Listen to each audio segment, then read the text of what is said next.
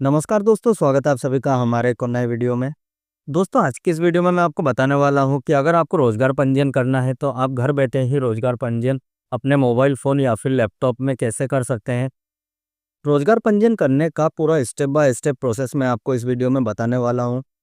लेकिन दोस्तों, वीडियो को शुरू करने से पहले मैं आपसे यह रिक्वेस्ट करना चाहता हूं कि अगर आपने हमारा यूट्यूब चैनल सब्सक्राइब नहीं किया है तो प्लीज़ सब्सक्राइब करें, शेयर करें और बेल आइकन ज़रूर दबाएँ, ताकि आने वाले हर एक वीडियो का नोटिफिकेशन जो है आपको मिलती रहे। तो चलिए वीडियो को शुरू करते हैं। रोजगार पंजीयन करने के लिए आपको इसका ऑफिशियल वेबसाइट पर आ जाना होगा। इसी पोर्टल के माध्यम से आपको रोजगार पंजीयन करना होगा। रोजगार पंजीयन करने के लिए आपको पंजीयन नवीनीकरण अपडेट करे का ऑप्शन देखने के लिए मिल जाएगा। आपको सिंपली इस पर क्लिक कर लेना होगा। उसके बाद दोस्तों, आपके सामने यहाँ पर मध्य प्रदेश ई सर्विस का जो पोर्टल है वो यहाँ पर ओपन हो जाएगा। यहाँ से आपको पंजीयन करना होगा। रोजगार पंजीयन करने से पहले हमें इस पोर्टल पर रजिस्ट्रेशन करना होगा। और अगर आपका इसमें पहले से ही रजिस्ट्रेशन है तो आपको यहाँ पर लॉगिन के ऑप्शन पर क्लिक करना होगा। और अगर आप पहली बार रोजगार पंजीयन कर रहे हैं तो आपको यहाँ पर पोर्टल पर रजिस्ट्रेशन करना होगा। रजिस्ट्रेशन करने के लिए दोस्तों आपको यहाँ पर साइन अप का ऑप्शन देखने के लिए मिल जाएगा। आपको सिंपली इस पर क्लिक कर देना होगा। उसके बाद आपके सामने दोस्तों यहाँ पर सिटीजन रजिस्ट्रेशन का जो पेज है वो ओपन हो जाएगा। यहाँ पर सबसे पहले आपको अपना जो फर्स्ट नेम है उसे एंटर करना होगा। और अगर आप मिडिल नेम लगाते हो तो उसे एंटर करोगे और उसके बाद लास्ट नेम को एंटर कर दोगे। और अगर दोस्तों आपके डॉक्यूमेंट पर मिडिल नेम नहीं है तो आप इसे ब्लैंक ही छोड़ सकते हो। और अगर दोस्तों आपके डॉक्यूमेंट में लास्ट नेम भी नहीं है तो आप यहाँ पर NA टाइप कर सकते हो। उसके बाद दोस्तों आपको यहाँ पर अपना जो मोबाइल नंबर है उसे एंटर करना होगा। मोबाइल नंबर को टाइप करने के बाद आपको अपना जो ईमेल आईडी है उसे यहाँ पर टाइप करना होगा। उसके बाद दोस्तों आपको यहाँ पर एक पासवर्ड जो है वो क्रिएट करना होगा। यहाँ पर आप हमेशा वही पासवर्ड क्रिएट करेंगे जो आप हमेशा याद रख सकते हो। पासवर्ड जो है दोस्तों वो आप अपने अकॉर्डिंग एंटर कर सकते हो। और यहाँ पर दोस्तों आपने जो भी पासवर्ड एंटर किया है वही सेम पासवर्ड आपको कंफर्म पासवर्ड के ऑप्शन पर भी एंटर करना होगा। यहाँ पर दोस्तों मैं आपको सिंपल के तौर पर एक पासवर्ड जो है वो क्रिएट करके बता देता हूँ। पासवर्ड दोस्तों कुछ इस प्रकार से आपको टाइप करना होगा। आप अपने अकॉर्डिंग पासवर्ड को यहाँ पर क्रिएट कर लोगे। उसके बाद दोस्तों अगर आप अपने व्हाट्सएप नंबर पर कोई भी अपडेट पाना चाहते हैं तो आप यहाँ पर यस या नो पर क्लिक कर सकते हैं। और अगर आप यहाँ पर अपडेट पाना चाहते हैं तो आप यस पर क्लिक कर दोगे। जैसे ही दोस्तों आप यस पर क्लिक करोगे तो आपके सामने यहाँ पर आपका जो व्हाट्सएप नंबर एंटर करने के लिए ऑप्शन आ जाएगा। आपको यहाँ पर अपना जो व्हाट्सएप नंबर है उसे एंटर कर देना होगा। और अगर आप व्हाट्सएप पे अपडेट नहीं पाना चाहते हैं तो आप यहाँ पर नो पर क्लिक कर दोगे। उसके बाद दोस्तों टर्म्स एंड कंडीशन के ऑप्शन पर क्लिक कर दोगे। और अगर आप टर्म्स एंड कंडीशन को पढ़ना चाहते हैं तो आप यहाँ पर आई बटन के ऑप्शन पर क्लिक करके टर्म्स एंड कंडीशन को पढ़ सकते हैं। टर्म्स एंड कंडीशन का ऑप्शन को टिक कर लेने के बाद आप यहाँ पर कैप्चा को एंटर कर दोगे। और अगर आपका कैप्चा यहाँ पर शो नहीं हो रहा है या फिर रीडेबल नहीं है तो आप यहाँ पर क्लिक हियर टू रिफ्रेश का ऑप्शन पर क्लिक कर दोगे। उसके बाद दोस्तों जैसे ही कैप्चा यहाँ पर शो होने लगेगा तो आपको उस कैप्चा को इस बॉक्स पर एंटर करना होगा। और कैप्चा को एंटर कर लेने के बाद आपको जो पूरा डिटेल है वो एक बार चेक कर लेना होगा। जो भी डिटेल आपने यहाँ पर फिल करी है अगर सारी डिटेल करेक्ट है तो आप यहाँ पर रजिस्टर के ऑप्शन पर क्लिक कर दोगे। जैसे ही दोस्तों आप रजिस्टर पर क्लिक करोगे तो आपके मोबाइल नंबर पर एक OTP सेंड किया जाएगा। उस OTP को आपको इस बॉक्स के अंदर एंटर करना होगा। OTP को एंटर कर लेने के बाद आपको यहाँ पर ओके के ऑप्शन पर क्लिक कर देना होगा। उसके बाद दोस्तों जैसे ही आप ओके के ऑप्शन पर क्लिक करोगे आपके सामने यहाँ पर citizen registration detail saved successfully का जो पॉपअप विंडो है वो ओपन हो जाएगा। यहाँ पर आपका जो रजिस्ट्रेशन है वो सक्सेसफुली हो चुका है। उसके बाद आप ओके के ऑप्शन पर क्लिक कर दोगे। उसके बाद दोस्तों आपके सामने यहाँ पर कुछ ऐसा इंटरफेस ओपन हो जाएगा। यहाँ पर आपको सिंपली साइन इन के ऑप्शन पर क्लिक कर देना होगा। यहाँ पर आपका सिटीजन रजिस्ट्रेशन जो है वो कंप्लीट हो चुका है। अब आपको लॉगिन करना होगा। यहाँ पर आपको लॉगिन करने के लिए दो ऑप्शन दिए गए हैं, एक तो पासवर्ड ऑथेंटिकेशन द्वारा और एक OTP के द्वारा। आप जिस भी माध्यम से लॉगिन करना चाहते हैं आप उसे यहाँ पर सिलेक्ट कर लोगे। अगर दोस्तों आप यहाँ पर पासवर्ड ऑथेंटिकेशन के माध्यम से लॉगिन करना चाहते हो तो आप यहाँ पर मोबाइल नंबर को एंटर कर लोगे। मोबाइल नंबर को एंटर कर लेने के बाद आपको यहाँ पर पासवर्ड एंटर करना होगा जो पासवर्ड आपने अभी रजिस्ट्रेशन के टाइम क्रिएट किया है। उसके बाद दोस्तों आपको नीचे यहाँ पर जो कैप्चा कोड दिखाई दे रहा है आपको सिंपली इस कैप्चा कोड को यहाँ पर इस बॉक्स पर एंटर करना होगा। और अगर आपका जो पासवर्ड है वो शो नहीं हो रहा है या फिर रीडेबल नहीं है तो आप यहाँ पर क्लिक हियर फॉर रिफ्रेश का ऑप्शन पर क्लिक करके अपना जो पासवर्ड है वो रीजनरेट कर सकते हैं। उसके बाद आपके सामने यहाँ पर जो न्यू कैप्चा जनरेट होगा उस कैप्चा को आपको इस बॉक्स पर एंटर करना होगा और उसके बाद आप लॉगिन के ऑप्शन पर क्लिक कर दोगे। और अगर आप किसी कारणवश अपना जो पासवर्ड है उसे भूल चुके हो तो आप यहाँ पर फॉरगेट पासवर्ड के ऑप्शन पर क्लिक करके अपना जो पासवर्ड है वो रीजनरेट कर सकते हो। और अगर आप ओटीपी के माध्यम से लॉगिन करना चाहते हो तो आप यहाँ पर ओटीपी ऑथेंटिकेशन के ऑप्शन पर क्लिक कर दोगे। जैसे ही दोस्तों आप ओटीपी के ऑप्शन पर क्लिक कर लोगे तो आपको यहाँ पर अपना जो मोबाइल नंबर है वो एंटर करना होगा। मोबाइल नंबर को एंटर कर लेने के बाद आपको यहाँ पर कैप्चा को एंटर करना होगा और गेट ओटीपी के ऑप्शन पर क्लिक कर लेना होगा। जैसे ही दोस्तों आप गेट ओटीपी के ऑप्शन पर क्लिक करोगे तो आपके रजिस्टर्ड मोबाइल नंबर पर एक ओटीपी प्राप्त होगा। उस ओटीपी को आपको यहाँ पर फिल करना होगा। जैसे ही दोस्तों आप ओटीपी को वेरीफाई कर लोगे उसके बाद आप यहाँ पर पोर्टल पर लॉगिन हो जाओगे। आप इन दोनों में से कोई भी एक ऑप्शन से लॉगिन कर सकते हैं। जैसे ही दोस्तों आप यहाँ पर लॉगिन कर लोगे तो आपके सामने यहाँ पर कुछ ऐसा इंटरफेस ओपन हो जाएगा। यहाँ पर दोस्तों कुछ इस प्रकार से सर्विसेज का जो पेज है वो ओपन हो जाएगा। और अगर यहाँ पर दोस्तों आपके सामने रोजगार कार्यालय में पंजीयन एवं नवीनीकरण का ऑप्शन शो नहीं हो रहा है तो आपको यहाँ पर श्रम एवं रोजगार के ऑप्शन पर क्लिक कर देना होगा। जैसे ही दोस्तों आप यहाँ पर श्रम एवं रोजगार का ऑप्शन पर क्लिक कर दोगे तो आपके सामने ये जो ऑप्शन है वो शो होने लग जाएगा। यहाँ पर आपके सामने रोजगार कार्यालय में पंजीयन एवं नवीनीकरण का जो ऑप्शन है वो शो होने लग जाएगा। और उसी के नीचे दोस्तों आप देख सकते हो तकनीकी शिक्षा, कौशल विकास एवं रोजगार विभाग। अगर आप यहाँ पर आवेदन कर चुके हैं तो आप यहाँ पर आवेदन देखें के ऑप्शन पर क्लिक कर दोगे। और अगर आप फर्स्ट टाइम आवेदन कर रहे हैं तो आप आवेदन करें के ऑप्शन पर क्लिक कर दोगे। जैसे ही दोस्तों आप आवेदन करें के ऑप्शन पर क्लिक करोगे तो आपके सामने यहाँ पर कुछ इस प्रकार से रजिस्ट्रेशन का जो पेज है वो ओपन हो जाएगा। यहाँ पर आपको अपना जो व्यक्तिगत जानकारी है उसे यहाँ पर एंटर करना होगा। यहाँ पर दोस्तों जैसे ही आप नीचे की ओर आओगे तो आपको यहाँ पर नया पंजीयन करें के ऑप्शन पर क्लिक कर देना होगा। और अगर ये पहले से ही सिलेक्ट है तो आपको इसे सिलेक्ट रहने देना होगा। उसके बाद दोस्तों आपसे यहाँ पर पूछा गया है कि क्या आवेदक या फिर आवेदिका मध्य प्रदेश के मूल निवासी हैं। अगर आप मध्य प्रदेश के मूल निवासी हैं तो आप यहाँ पर हाँ को सिलेक्ट रहने देंगे। और अगर दोस्तों आप मध्य प्रदेश के मूल निवासी नहीं हो तो आप नहीं पर सिलेक्ट कर दोगे। अगर आप मध्य प्रदेश के मूल निवासी नहीं हैं तो आपको यहाँ पर समग्र आईडी की आवश्यकता नहीं होगी। और अगर आप दोस्तों मध्य प्रदेश के मूल निवासी नहीं हो तो आपको यहाँ पर सारी जो डिटेल्स है वो मैनुअली फिल करना होगा। लेकिन अगर आप मध्य प्रदेश के मूल निवासी हैं तो आपको यहाँ पर हाँ पर सिलेक्ट कर लेना होगा। जैसे ही दोस्तों आप यहाँ पर हाँ पर सिलेक्ट करोगे तो आपका जो समग्र आईडी का जो ऑप्शन है वो इनेबल हो जाएगा और यहाँ पर आपको अपनी समग्र आईडी जो है वो एंटर करनी होगी। यहाँ पर दोस्तों आपकी 9 अंकों की सदस्य आईडी जो है वो आपको यहाँ पर एंटर करना है। यहाँ पर दोस्तों आपको ध्यान रखना होगा कि आपकी जो समग्र आईडी डिटेल है आपके आधार कार्ड और 10th मार्कशीट के डिटेल से मैच होनी चाहिए। तो अगर आप समग्र आईडी में ई-केवाईसी होना जरूर, आप सबसे पहले अपनी समग्र आईडी में ई-केवाईसी करवा लें। और उसके बाद दोस्तों आपको यहाँ पर 9 अंकों की समग्र आईडी जो है वो यहाँ पर एंटर करना होगा। और उसके बाद आपको जानकारी खोजे के ऑप्शन पर क्लिक कर देना होगा।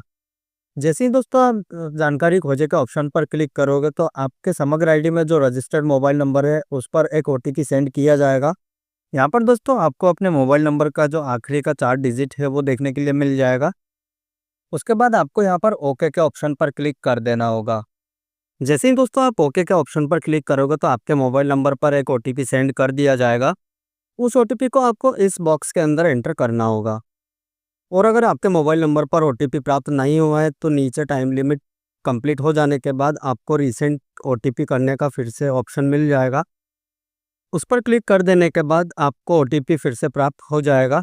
प्राप्त हुए ओटीपी को आपको फिर से इस बॉक्स पर एंटर करना होगा और उसके बाद आपको सत्यापित करें के ऑप्शन पर क्लिक कर देना होगा। जैसे ही दोस्तों आप सत्यापित करें के ऑप्शन पर क्लिक कर दोगे उसके बाद आपके सामने यहाँ पर ओटीपी सक्सेसफुली वेरीफाइड का जो पॉपअप विंडो है वो ओपन हो जाएगा। आपको सिंपली ओके के ऑप्शन पर क्लिक कर देना होगा। ओके के ऑप्शन पर क्लिक कर देने के बाद यहाँ पर आपके सामने हिंदी में भी पॉपअप विंडो ओपन हो जाएगा। यहाँ पर समग्र डेटा सफलतापूर्वक प्राप्त किया गया है। उसके बाद दोस्तों आप देखोगे कि आपके समग्र से जितने भी डिटेल्स है वो ऑटोमेटिक फैच हो चुका है। और ऊपर राइट साइड में आपको आधार के अनुसार अपना जो फोटो है वो देखने के लिए मिल जाएगा। और यहाँ पर दोस्तों अगर आपके पिता या पति का नाम करेक्ट नहीं है तो सबसे पहले आपको अपने समग्र आईडी में पिता या पति का नाम करेक्ट कर लेना होगा। तो यहाँ पर दोस्तों सबसे पहले आपको अपने समग्र आईडी को अपडेट कर लेना होगा और उसके बाद ही आपको रोजगार पंजीयन करना होगा। उसके बाद दोस्तों यहाँ पर जो डिटेल्स फिल नहीं है उन सारे डिटेल्स को आपको मैन्युअली फिल करना होगा। अगर दोस्तों आपका मैरिटल स्टेटस यानी कि वैवाहिक स्थिति सिलेक्ट नहीं है तो आप उसे करेक्टली सिलेक्ट करें। उसके बाद दोस्तों आपको अपना जो धर्म है उसे सिलेक्ट करना होगा। यहाँ पर दोस्तों आप जिस भी धर्म से बिलोंग करते हो आप उसे सिलेक्ट कर लोगे। धर्म को सिलेक्ट कर लेने के बाद आपको अपनी जो कैटेगरी है, जो भी आप श्रेणी लगाते हो, आपको उसे सिलेक्ट कर लेना होगा। कैटेगरी को सिलेक्ट कर लेने के बाद दोस्तों आपको यहाँ पर पसंदीदा क्षेत्र जो है उसे सिलेक्ट करना होगा। आपका पसंदीदा क्षेत्र अप्रेंटिस ट्रेनिंग है या फिर एम्प्लॉयमेंट है या फिर सेल्फ एम्प्लॉयमेंट है, आप अपने अकॉर्डिंग इस ऑप्शन को सिलेक्ट कर लोगे। पसंदीदा क्षेत्र को सिलेक्ट कर लेने के बाद नीचे आपको अपना जो वर्तमान पता है उसे एंटर करना होगा। यहाँ पर दोस्तों सबसे पहले आपको अपना क्षेत्र का प्रकार सिलेक्ट करना होगा। अगर आप शहरी क्षेत्र से आते हैं तो आप शहरी को सिलेक्ट कर लोगे और अगर आप ग्रामीण क्षेत्र से आते हैं तो आप ग्रामीण को सिलेक्ट कर लोगे। उसके बाद दोस्तों आपका जो स्टेट है वो ऑलरेडी सिलेक्टेड रहेगा और उसके बाद आपको अपना जो जिला है वो उसे आपको सिलेक्ट करना होगा। आप जिस भी जिले के निवासी हो उस जिले को आपको सिलेक्ट कर लेना होगा। जिला को सिलेक्ट कर लेने के बाद आपको रोजगार कार्यालय को सिलेक्ट करना होगा। यहाँ पर दोस्तों आपके जिले का रोजगार कार्यालय शो होने लग जाएगा, उसे आपको सिलेक्ट कर लेना होगा। उसके बाद आपको अपना लोकल बॉडी जो है वो सिलेक्ट करना होगा। आपका लोकल बॉडी जो भी है आप उसे यहाँ पर सिलेक्ट करोगे। नगर पालिक नगर परिषद जो भी आप लगाते हो आप उसे सिलेक्ट कर लोगे। उसके बाद आपको अपने वार्ड को सिलेक्ट करना होगा और अगर आप ग्रामीण क्षेत्र से आते हैं तो आप ग्रामीण को सिलेक्ट कर लोगे। ग्रामीण को सिलेक्ट कर लेने के बाद सेम तरीके से आपको यहाँ पर जिला जो है उसे सिलेक्ट करना होगा। जिला को सिलेक्ट कर लेने के बाद आपको अपने रोजगार कार्यालय का जो नाम है आपको उसे सिलेक्ट करना होगा। उसके बाद आपको यहाँ पर अपना जो ब्लॉक है उसे सिलेक्ट करना होगा। आप जिस भी ब्लॉक से आते हो आप अपने अकॉर्डिंग उस ब्लॉक को सिलेक्ट कर लोगे। ब्लॉक को सिलेक्ट कर लेने के बाद आपको यहाँ पर अपना जो पंचायत है आप उसे सिलेक्ट कर लोगे और उसके बाद आपको यहाँ पर ग्राम का जो नाम है आपको उसे सिलेक्ट करना होगा। उसके बाद दोस्तों आप अपने एड्रेस के अकॉर्डिंग यहाँ पर पिन कोड को एंटर कर दोगे। पिन कोड को एंटर करने के बाद यहाँ पर आप अपना जो पूर्ण पता है आप उसे एंटर कर दोगे। जैसे कि आपका हाउस नंबर, गली नंबर और जो भी आप एड्रेस में लगाते हो आप उसे यहाँ पर एंटर कर दोगे। और अगर आपके एड्रेस में हाउस नंबर या फिर गली नंबर नहीं है तो आप यहाँ पर विलेज का जो नाम है उसे भी एंटर कर सकते हो। यहाँ पर दोस्तों आप अपने अकॉर्डिंग एड्रेस को एंटर कर दोगे। एड्रेस को फिल कर लेने के बाद आपसे यहाँ पर नीचे पूछा गया है कि क्या आवेदक या फिर आवेदिका निःशक्तजन है। यहाँ पर आप हाँ या नहीं को सिलेक्ट कर दोगे। अगर दोस्तों आप हाँ को सिलेक्ट करते हैं तो आपको यहाँ पर विकलांगता का जो प्रकार है आपको उसे सिलेक्ट करना होगा। जो भी दोस्तों आपके विकलांगता की कैटेगरी है आप उसे यहाँ पर सिलेक्ट कर लोगे। विकलांगता के प्रकार को सिलेक्ट कर लेने के बाद आपको विकलांगता का जो परसेंट है आपको उसे सिलेक्ट करना होगा। जैसे ही दोस्तों आप इस पर क्लिक करोगे तो आपको यहाँ पर विकलांगता का परसेंटेज का जो लिस्ट है वो ओपन हो जाएगा। यहाँ पर आप अपने अकॉर्डिंग ऑप्शन को सिलेक्ट कर लोगे। और अगर दोस्तों आप निःशक्तजन नहीं है तो आप यहाँ पर नहीं के ऑप्शन को सिलेक्ट कर लोगे। उसके बाद दोस्तों आपसे पूछा गया है कि क्या आवेदक या फिर आवेदिका पूर्व या वर्तमान में किसी संस्था में कार्यरत है, तो आप यहाँ पर हाँ या नहीं पर सिलेक्ट कर लोगे। अगर आप कार्यरत हैं तो आप हाँ को सिलेक्ट कर लोगे और अगर नहीं है तो आप नहीं को सिलेक्ट कर लोगे। उसके बाद दोस्तों सभी डिटेल को आपको अच्छे से चेक कर लेना होगा और सभी डिटेल को चेक कर लेने के बाद आपको डिक्लेरेशन का ऑप्शन पर टिक कर देना होगा। उसके बाद दोस्तों आपको सेव करे का ऑप्शन पर क्लिक कर देना होगा। उसके बाद दोस्तों आप देखोगे कि आपकी जो डिटेल्स है वो सफलतापूर्वक सेव कर लिया गया है। उसके बाद आपको यहाँ पर ओके का ऑप्शन पर क्लिक कर देना होगा। उसके बाद दोस्तों आपके सामने यहाँ पर कुछ ऐसा इंटरफेस ओपन हो जाएगा। यहाँ पर आपको सिंपली नीचे की ओर आ जाना होगा। आपकी जो दोस्तों पर्सनल इन्फॉर्मेशन है वो सेव हो चुकी है। अब आपको शिक्षा संबंधित जानकारी पर टिक कर देना होगा। जैसे ही दोस्तों आप शिक्षा संबंधित जानकारी पर टिक कर दोगे तो आपके सामने यहाँ पर कुछ ऐसा इंटरफेस ओपन हो जाएगा। यहाँ पर दोस्तों आपके क्वालिफिकेशन डिटेल जो है उसे आपको फिल करना होगा। यहाँ पर दोस्तों सबसे पहले आपकी जो उच्चतम योग्यता है यानी कि हाईएस्ट क्वालिफिकेशन जो है वो आपको एंटर करना होगा। तो सबसे पहले आपको यहाँ पर उच्चतम योग्यता को एंटर करना होगा। जैसे कि दोस्तों आपकी जो भी हाईएस्ट क्वालिफिकेशन है सबसे पहले आपको उसे एंटर करना होगा।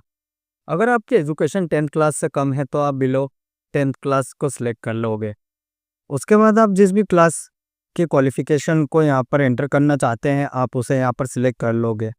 जैसे 5th, 6th, 7th, 8th और 9th जिस भी क्लास को आप एंटर करना चाहते हो, आप उसे एंटर कर लोगे। उसके बाद दोस्तों विषय समूह में ऑल सब्जेक्ट को सिलेक्ट कर लोगे। उसके बाद दोस्तों आप विषय को सिलेक्ट कर लोगे। जिस भी विषय से आपने पास आउट किया है, आप उस विषय को यहाँ पर सिलेक्ट कर लोगे। यहाँ पर भी दोस्तों आप ऑल सब्जेक्ट को सिलेक्ट कर लोगे।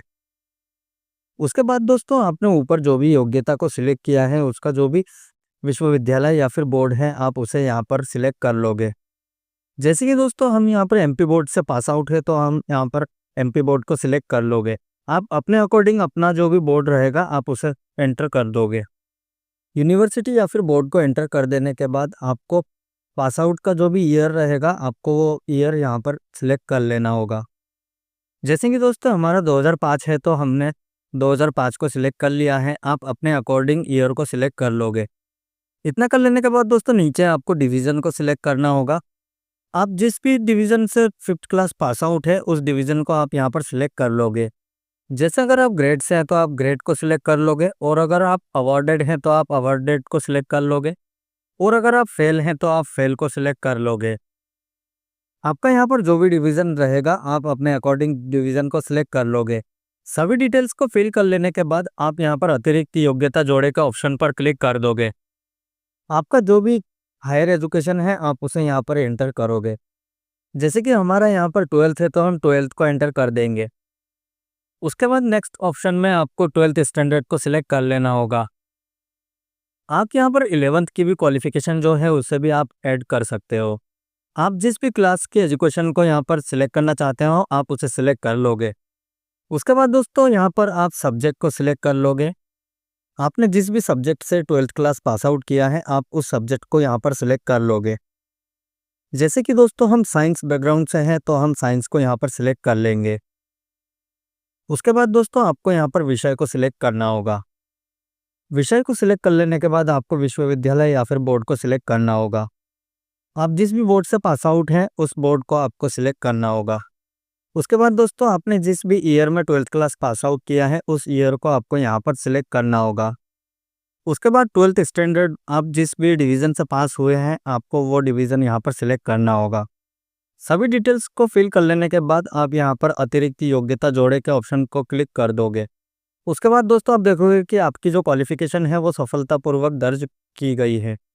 यहाँ पर आपको ओके के ऑप्शन पर क्लिक कर देना होगा।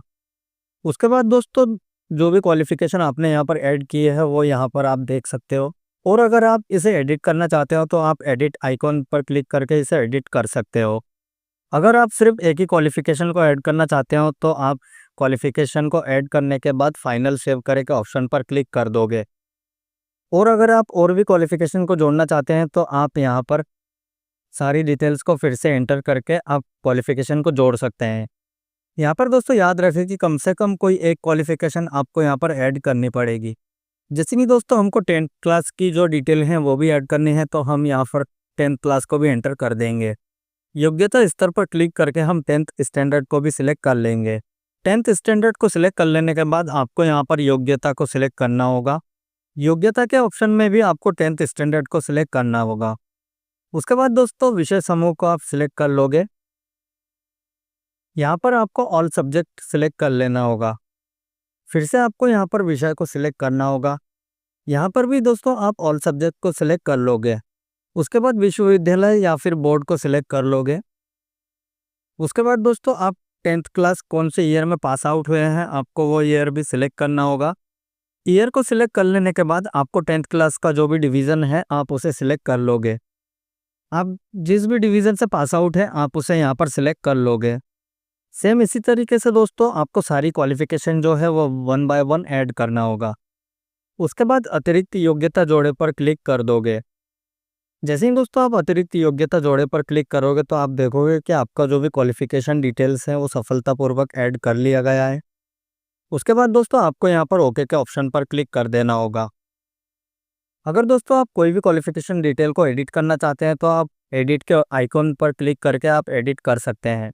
यहाँ पर दोस्तों आपकी जितनी भी क्वालिफिकेशन है, वो सारे क्वालिफिकेशन को आप 1 बाय 1 करके ऐड कर दोगे। सेम इसी प्रकार से आपको 1 बाय 1 क्वालिफिकेशन को ऐड करना होगा। आप जिस भी क्लास के क्वालिफिकेशन को ऐड करना चाहते हैं उसे आप यहाँ पर 1 बाय 1 ऐड कर सकते हैं। सारे क्वालिफिकेशन डिटेल को ऐड करने के बाद आप यहाँ पर नीचे फाइनल सेव करें के ऑप्शन पर क्लिक कर दोगे।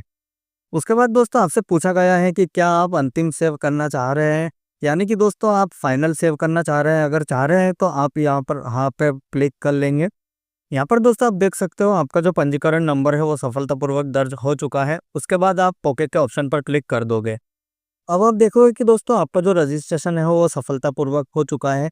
यहाँ पर दोस्तों लेफ्ट साइड में आपको रजिस्ट्रेशन नंबर जो है वो देखने के लिए मिल जाएगा। आपको सिंपली इसे नोट करके रख लेना होगा। और राइट साइड में आपको यहाँ पर रजिस्ट्रेशन डेट भी देखने के लिए मिल जाएगा। रजिस्ट्रेशन डेट को भी आपको यहाँ पर नोट करके रख लेना होगा। अब आप दोस्तों इसे प्रिंट पर क्लिक करके प्रिंट कर सकते हैं। उसके बाद दोस्तों नीचे आपका जो यूज़र नेम है वो देखने के लिए मिल जाएगा और राइट साइड में आपको नेक्स्ट रिन्यूअल जो डेट है वो भी देखने के लिए मिल जाएगा। जो भी आपका नेक्स्ट रिन्यूअल डेट होगा उस डेट पे आपको इसे फिर से रिन्यू करना होगा। और अगर आप रिन्यू नहीं करते हैं तो आपका जो रोजगार पंजीयन है वो रिजेक्ट हो जाएगा। उसके बाद दोबारा से आपको रजिस्ट्रेशन करना होगा। और अगर आप दोस्तों इस पंजीयन को डिलीट करना चाहते हैं तो आप यहाँ पर डिलीट भी कर सकते हैं। उसके लिए भी आपको यहाँ पर ऑप्शन दिया गया है। यहाँ पर आपको पंजीयन निरस्त करे का ऑप्शन देखने के लिए मिल जाएगा। आपको सिंपली इस पर क्लिक करके पंजीयन निरस्त कर सकते हो। तो रोजगार पंजीयन करने का पूरा स्टेप बाय स्टेप प्रोसेस मैंने आपको इस वीडियो में बता दिया है। अगर आपको मेरा ये वीडियो पसंद आए तो प्लीज़ लाइक करें, शेयर करें, सब्सक्राइब करें।